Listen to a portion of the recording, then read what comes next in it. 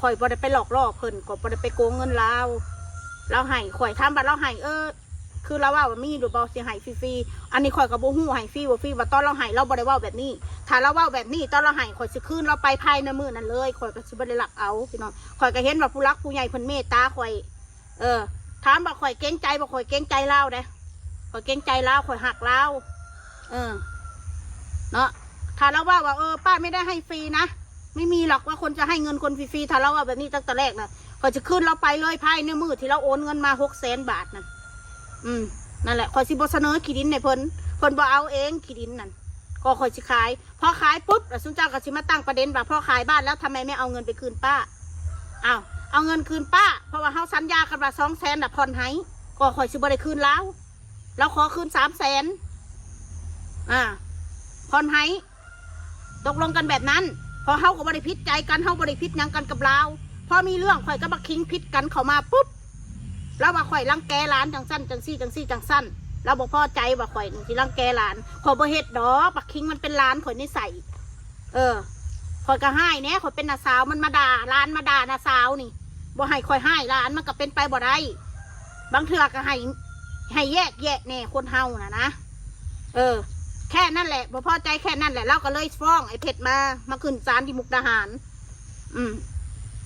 นะก็ไปตกลงกันที่ศาลว่าสิให้แบบใด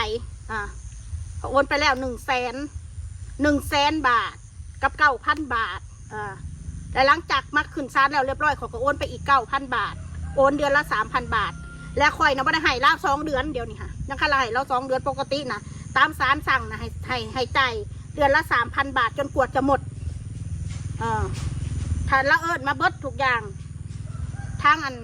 ผู้รักผู้ใหญ่เพิ่นก็บอกคนก็บ่ได้ให้เบิดเราบอกว่าเพราะก็เข้าใจศาลก็เข้าใจว่าเราไม่ได้ยืมเข้าใจว่าเพิ่นให้เฮาแต่เฮาก็จะเป็นเนรคุณเพิ่นก็ซ้อนกว่าเบิดแหละพี่น้องแต่ตามจิตใต้สำนึกของการเป็นมนุษย์ข่อยก็เลย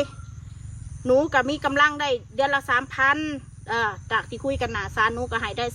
3,000แต่ถ้าเกิดมันบ่มีมาหนูก็ขอผัดไปเด้อหนูก็ได้เว้ามนก็ได้เว้าในหันก็ขอผัดไปแต่ก็ถ้าเกิดว่าสมมติว่ามนไม่ได้ให้2 เดือนที่ผ่านมาเงินเดือนมนออกมนก็จะทบให้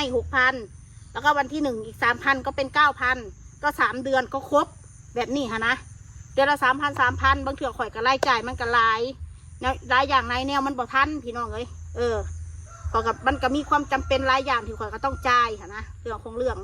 มันเป็นแนวนี้บ่แมนว่าข่อยสินี้เพิ่นสิโกงเพิ่นมันบ่แมนคือสุเจ้าคิดเพราะว่าเงินที่เพิ่นให้มาแล้วเพิ่นว่าของจงซะเพิ่นฟ้องจะได้เงินคืนอยากได้เงินคืนก็ได้หับจ่าย500,000 บาทเป็น600,000ทั้งอันเก่า600,000ป่ายก็ตกลงกัน500,000 บาทอยู่ในหันเรื่องของกูไม่เคยคิดจะคืนนะแต่จะมาทวงคืนเว้ยไม่มีแล้วขี้ออกแล้วขี้กออกแล้วกินขี้ออกแล้วน่ะอยากได้อะไรล่ะจะไปฟ้องเอาเงินคืนเหรออยากได้เงินคืนเหรอเอาอะไรล่ะเอาก้อนขี้กูหรือเปล่า